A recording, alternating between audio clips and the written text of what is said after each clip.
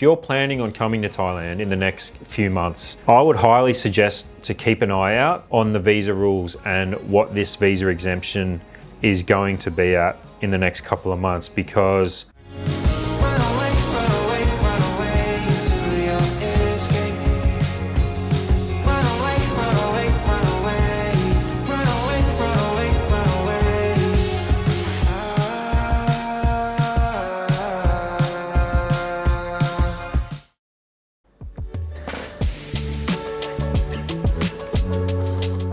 G'day guys, happy Monday. At least it's Monday here in Thailand. This is a bit of a different type of video today. I'm going to be breaking down the recent news that I've seen online. This actually showed up, I think, on my Instagram feed, and it's pretty big news. It actually relates to the visa-free stay in Thailand, which is currently 60 days for certain countries. So if you're from a country like Australia or the US or Canada, pretty much any European country, the UK, which is where most of our audience is from, and you've been planning on coming to Thailand or you've come to Thailand in the past, you would know that you get a visa-free entry for 60 days when you come here. You can even extend that another 30 days, which means you can come to Thailand for 90 days. Well, it looks like that's all about to end, as the Thai government just announced a couple of days ago actually that the period of visa-free stays in Thailand is set to be reduced from 60 days to 30 days. And I'm reading this directly from the Bangkok Post article in which I found it. So I'll put that up on screen so you guys can follow along. But so basically it says here that the related authorities have agreed in principle to the move in an effort to curb the risk of illegal businesses exploiting the visa exemption scheme, according to the Tourism and Sports Ministry. So apparently there are some businesses that are doing a little bit of a dodgy, and they're bringing people into Thailand on this visa-free exemption and I guess letting them work without having actual work visas. It says here, Tourism and Sports Minister Sarawong Theathong said the Foreign Ministry acknowledged the issue, as it had been widely discussed among all related stakeholders in the past few weeks. He said they all agreed in principle to reduce the period of stay from 60 days to 30 days for citizens from countries granted a visa exemption under the program. So if you're not sure if you fall under that visa exemption program, I'll leave a link down below with a list of countries, but it's pretty much all the countries that I named earlier. It says here, however, additional details would be discussed before formally announcing the adjustment to the regulation. So since July 2024, the government has allowed passport holders from 93 countries to enter Thailand for tourism purposes for a period not exceeding 60 days.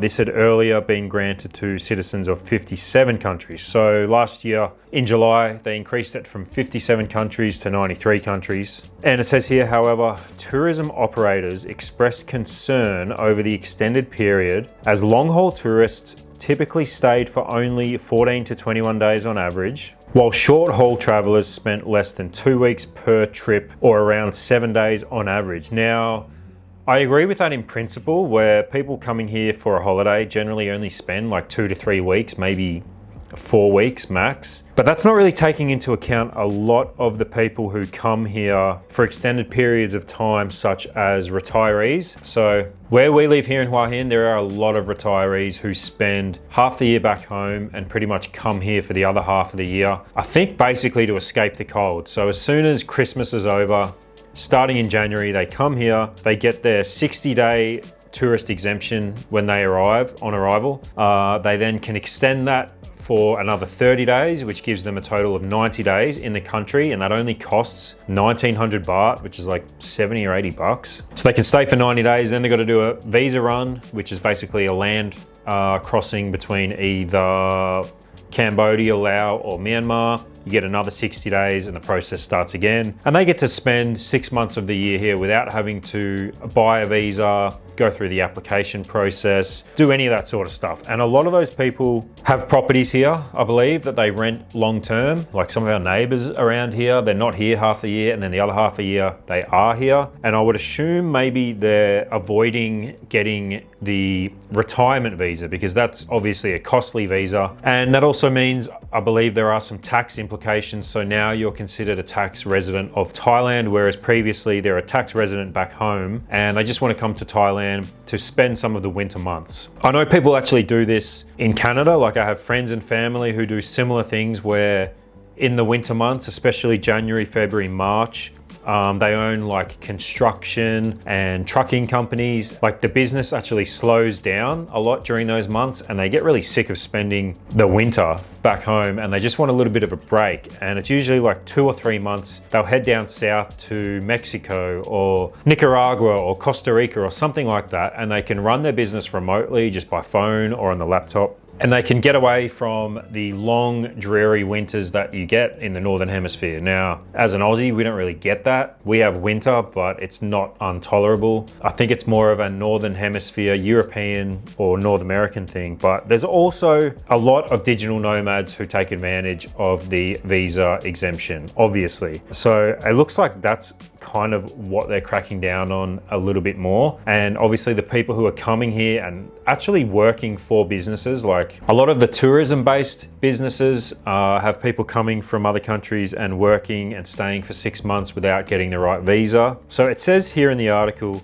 the Association of Travel Agents earlier raised this concern with the ministry as there is a growing number of foreigners illegally working or conducting business in the country. While the Thai Hotels Association believed this was partly to blame for the increase in the number of condos being illegally rented out to guests on a daily basis, which is super interesting because, believe it or not, it's actually illegal to rent out an apartment or a condo on a daily basis. They have to be, I think, at least on a monthly basis. I'm not too sure when that law came into effect or why, but it is a law here in Thailand that obviously doesn't really get followed. If you go into Airbnb now and you look for a condo or a hotel room in any major tourist city, you're gonna find a nightly rental pretty much anywhere, despite the fact that it is technically illegal. It goes on to say, given the recent call by a former member of parliament in Phuket, urging the government to crack down on foreign businesses using nominees and reduce the visa-free period to 30 days, the ministry's permanent secretary said the ministry has instructed the tourism department to enforce the Tourism Business and Tourism Guide Act more seriously. She said the special joint operational centre operated by 6 authorities, included the tourism department and tourism police, has consistently investigated illicit activities taking place in Phuket and 5 other popular tourism-related areas: Chiang Mai, Pattaya, Hua Hin, Koh Samui and Bangkok. She said the department revoked the licenses of 40 companies in 2024 as they were found guilty of secretly changing the authorised directors and the proportion of directors and shareholders, resulting in their disqualification from operating a tourism business. In Phuket, 15 tour companies' licenses have been revoked. There was also the case of a Thai committee of a tour company also being registered under 5 different company names. So what this looks like, and honestly this isn't really a big shock to me, it looks like there are a lot of people taking advantage of the quite lax visa regulations in Thailand, and people are coming here and basically moving here and working illegally or setting up businesses illegally because it's cheap and it's quite easy to bypass some of the rules if you know the right people and if you're